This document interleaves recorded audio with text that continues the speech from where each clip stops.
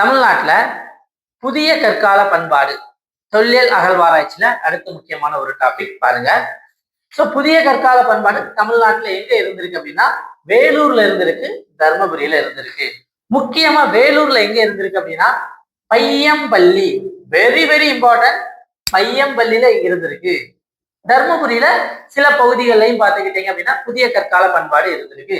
இந்த புதிய கற்கால பண்பாட்டுல மக்களுடைய வாழ்க்கை முறை பார்த்துக்கிட்டீங்க அப்படின்னா கொஞ்சம் மாறி இருக்கு.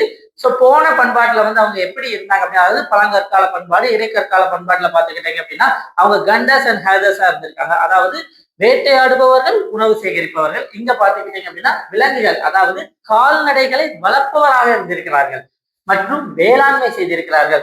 இந்த வேளாண்மை செய்ததுக்கு என்ன அப்படின்னா அங்க அகழ்வாராய்ச்சி நடத்தும் போது சில பயிர்கள் கிடைச்சிருக்கு. முக்கியமா கோதுமை, கொள்ளு, பச்சை பயிறு இதெல்லாம் கிடைச்சிருக்கு. அதுல இருந்து இந்த அகழ்வாராய்ச்சியில கிடைச்சிருக்கு. அது போக அவங்க கிராமங்கள்ல வாழ்ந்திருக்காங்க, சின்ன சின்ன கிராமங்கள்ல வாழ்ந்திருக்காங்க.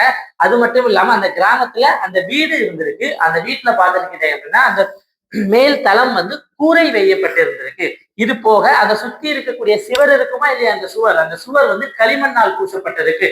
அப்படி மிகவும் நேர்த்தியாக கட்டப்பட்ட வீட்டுலதான் அந்த புதிய கற்கால பண்பாட்டு மக்கள் வாழ்ந்திருக்காங்க. இது போக மட்பாண்டம் முதல் முதல் அறிமுகமானது இந்த புதிய கற்கால பண்பாடு அப்படின்னு சொல்லப்படுது. அந்த காலத்துல பாத்துக்கிட்டீங்க அப்படின்னா மட்பாண்டத்தை வந்து கையால செஞ்சிருக்கலாம் அல்லது மெதுவாக சுழலக்கூடிய ஒரு சக்கரத்தின் மூலமாக இந்த மட்பாண்டத்தை பண்ணியிருக்கலாம் அப்படின்னு சொல்றாங்க. தேய்த்து மெருகேற்றுதல் வேற ஒண்ணும் இல்ல, கூழாங்கற்களை வச்சு இந்த மட்பாண்டங்களை என்ன பண்ணிருக்காங்க அப்படின்னா வர்னிஷிங், அதாவது தேய்த்து பளபளப்பாக மாற்றிருக்காங்க. அதுதான் என்னதுல தேய்த்து மெருகாக்குதல். இது போக கற்கோடாரிகள், ஆல்ரெடி நம்ம கீழ்பழங்கற்காலத்துல கற்கோடாரிகள் பார்த்தோம். இங்க உள்ள கற்கோடாரிகள் எப்படி இருந்திருக்கு அப்படின்னா ரொம்ப பளபளப்பா இருந்திருக்கு. அது மட்டும் இல்ல, மரத்தாலான கைப்பிடியும் இங்க பயன்படுத்தி இருக்காங்க. அப்போ கீழ்பழங்கற்காலம், இடைப்பழங்கற்காலம், அதுல இருந்து கொஞ்சம் மேம்பட்டதுதான் என்னது புதிய கற்கால பண்பாடு. இது மூலமா சில தகவல்களை நம்ம தெரிஞ்சுக்கணும்.